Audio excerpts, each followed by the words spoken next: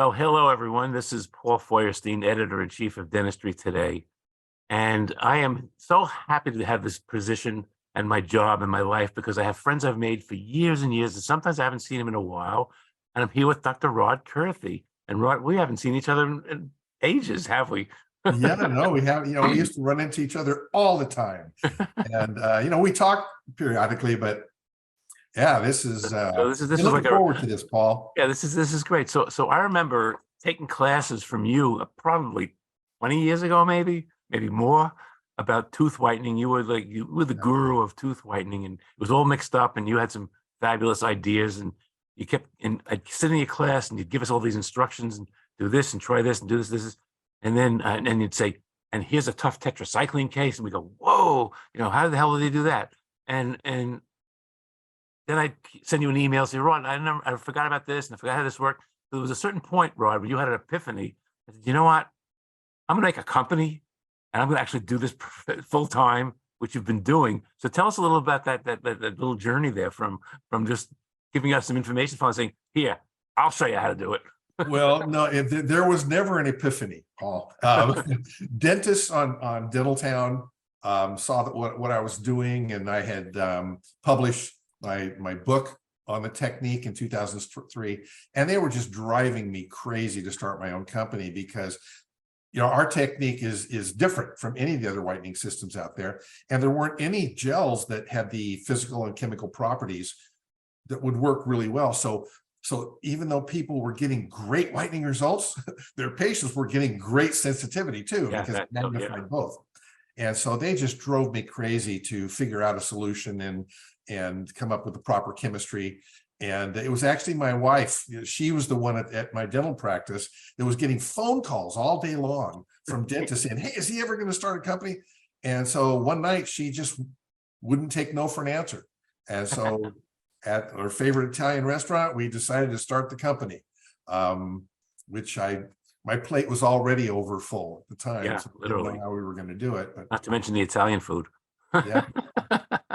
And so you came up with this acronym KOR, pronounced KöR Whitening, and there you go. So let's dive into something very important for starters. There's so many differences, and I'll start and I'll let you finish, that I see in the marketplace. But every other company other than yours sends you a box in the mail, or sends you a box from a warehouse that's been sitting there for unknown amounts of time at unknown temperature. And you realize that the material just falls apart. It breaks down chemically if it doesn't stay refrigerated. So just explain the whole process here of what your thoughts are and how this all works with refrigeration. Well, it just makes sense. Chemical stabilizers are a problem because remember, whitening gels are very unstable chemicals, and that's a double-edged sword, good and bad. That's how it works. It's good because when you put it on the patient's teeth, they can break down and whiten the teeth. But the problem is, if it's not refrigerated, it starts breaking down instantly upon manufacture. Then when it sits in these warm warehouses, breaks down even more. Then when it's shipped via trucks from the contract manufacturing company to the whitening company, or from the whitening company to the dentist, those truck bays, UPS tells us, can get up to 160 degrees Fahrenheit. I mean, just think of how hot your car gets on a sunny day when you get in. And so this virtually destroys the gels. So what companies do is they put chemical stabilizers in, like making it in an anhydrous base, or putting in phosphoric acid, or both. And so, of course, we don't want the phosphoric acid for obvious reasons. Sure. But if they can't put all that much chemical stabilizer in, because if they did, then when it was used on the patient, it would be too stable, it wouldn't break down. So it's a balancing act. So yes, it helps their products break down, keep them from breaking down as much, but they still break down because of the heat, because like I say, they can't put all that much chemical stabilizer in. And so I talked about that. I've been a consultant to many of the big whitening companies out there, and I told them all that, about the refrigeration idea. It's like, oh no, that's too expensive, too much work. And I'd never been able to try it on my own as a practicing dentist, but I knew scientifically it should make a big difference.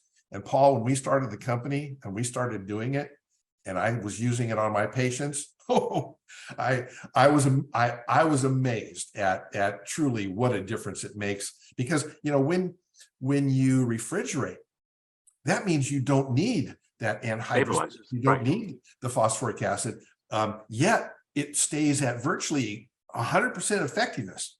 So when it arrives cold, so it's cold from the second of manufacture all the way until it's received cold by the dental office, and then they kind of like Omaha steaks.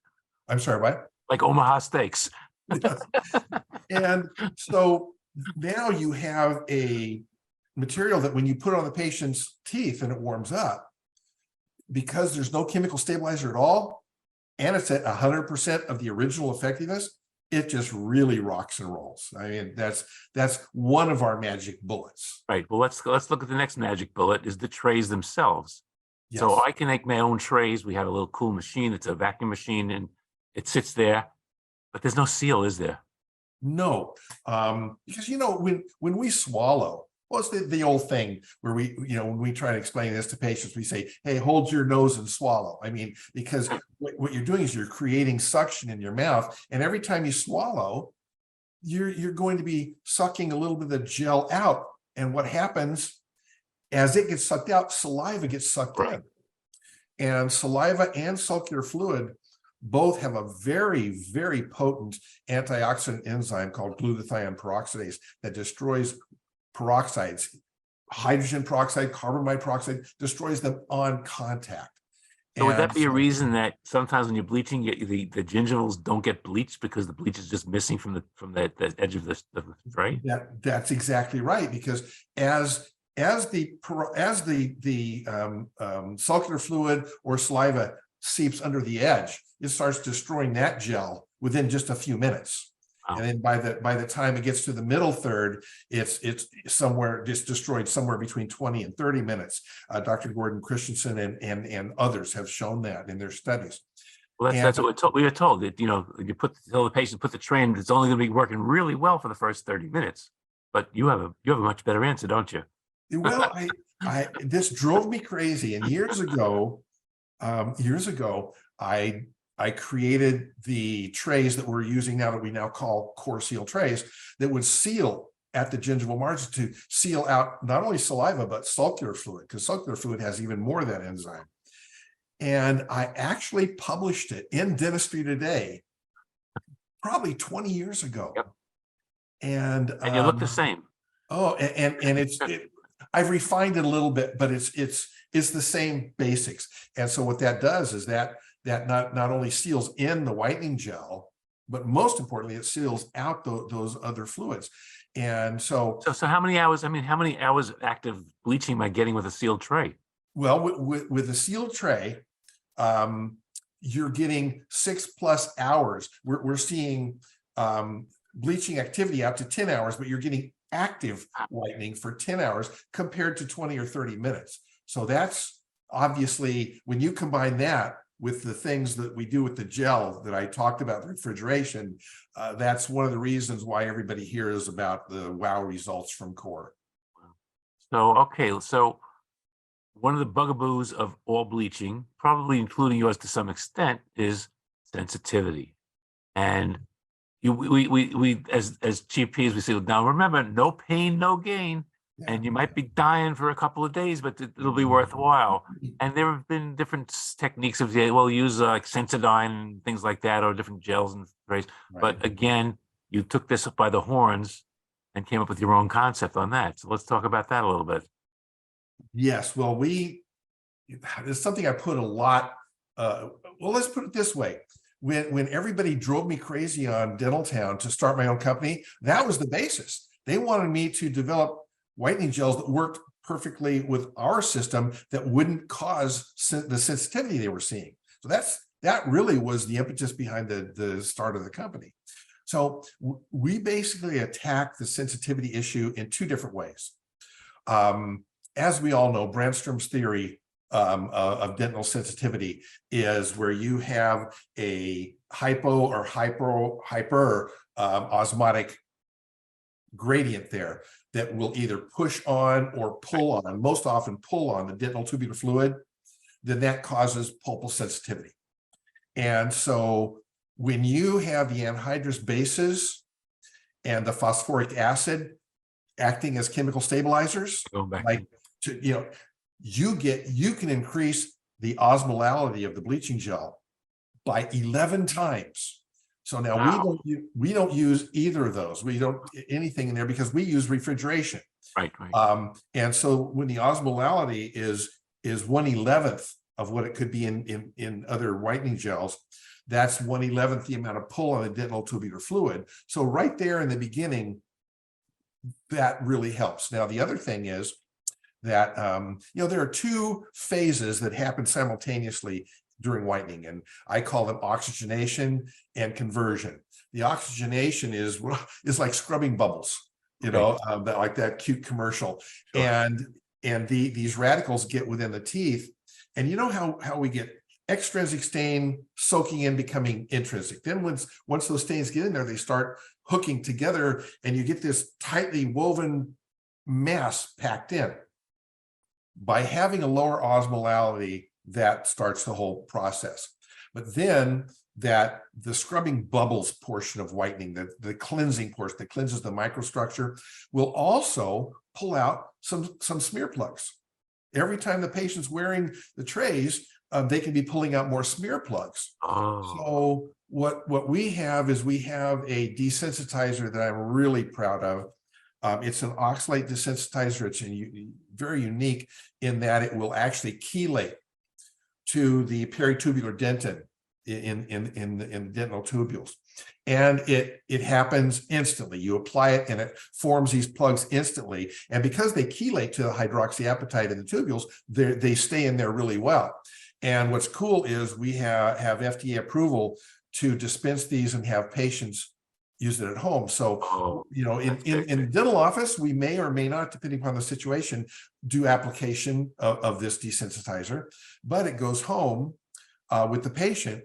And if they're whitening, for instance, at night, when they wake up in the morning, they take out the trays, they brush and floss, and they apply that desensitizer, and they replug any tubules that may have been unplugged through the bleaching process the previous night. So when you have these two coming together, no one should ever promise a patient, oh, you're going to have no sensitivity. But we have a lot of dentists who tell us, oh, Rod, with your system, I've never had any sensitivity. My answer is, you're lucky, because it will happen sometime. Nothing is perfect. But I think that just in general, overall, pretty much the dentists who use our system just rave about the low to no sensitivity aspect of it for almost all cases. Is there any aspect of the sensitivity or the bleaching based having to do with viscosity of the fluid of the bleaching fluid itself? That's a really good point, Paul. So I like to think of it as that old saying of oil and water don't mix. Okay. So I like to think of an aqueous base being the water and the anhydrous base as being oil. And so because having some anhydrous nature, now there may be a whitening gel out there where, for instance, that is 51% aqueous and 49% anhydrous. Well, then they can call it aqueous. So with the oil and water, when you have the anhydrous base or partially anhydrous base, and yet the internal of the tooth microstructure is fully aqueous. You can have a little bit of that oil and water don't mix kind of thing. So what I wanted to achieve was a 100% aqueous gel where the bleaching factors could be released and go right into the aqueous tooth where there was no restriction there. So that is very important. Now, the other thing is that the viscosity of the gels. Now, of course, when other companies have use these trays that leak, if they make their because saliva is aqueous, if they make their gels a little bit anhydrous and real thick, super, super thick, well, that kind of retards it. But of course, we've seen it still is only 20 to 30 minutes. Right, right. So, Still the same thing. so what we've done is I've made the viscosity, it's still viscous, but it's much less. And it's fully aqueous. So that way the bleaching factors can actually Go back and move forth. through Yeah. that gel and get to the surface of the tooth. And once at the tooth, go in much more quickly. So that was the And again, this is all part of the whole refrigeration from start to office too, because you could not do that unless you could not have this aqueous Well, system oh, unless yeah, it was if you completely refrigerated have from a start to finish. if you have a fully aqueous system, it's really unstable. Yeah. It's really unstable. And so that is the reason why without refrigeration, other companies like to add some anhydrous base in there. But again, with the refrigeration, that allowed me to go 100% aqueous to get those great results. Now, is when you on the retail side of what you do, when I come to you and I need a kit, there are apparently different kits. And why are there different kits? And what's the difference in the different kits? I mean, what am I looking for there? Well, that's another thing that's important to us. You know, I'm a practicing, you know, I'm not practicing currently, but I've been a practicing dentist for over 3 decades. And we know that different patients have different expectations. And we know that some cases whiten easily. Some cases are extremely difficult, and anywhere in between. You have all these weird things. And in dental school, what did you learn about whitening? Pretty much nothing. You slap some gel in the teeth and you cross your fingers hoping you get white. That's about all dentists learn. So, you know, dentists aren't taught very well in this respect. And so when you get an unusual case that comes in, it's like, well, how do I treat this one? So what is really helpful is that your treatment of these individual types of cases are different. And so we have different kits.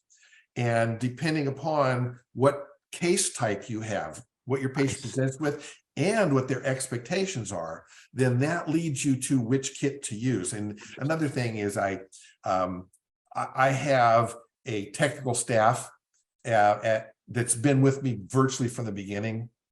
And we have frequent meetings and we talk about it, and they know just about as much of the science and the clinical as I do. And so we love it. You know, dentist customers or their staffs will call us up and they'll say, well, I have a case like this or that. And then we'll say, well, we'll take a couple pictures and show us. And they take it back and forth. And then they tell the dentist exactly what kit and what caveats, you know, what special things. So we love that.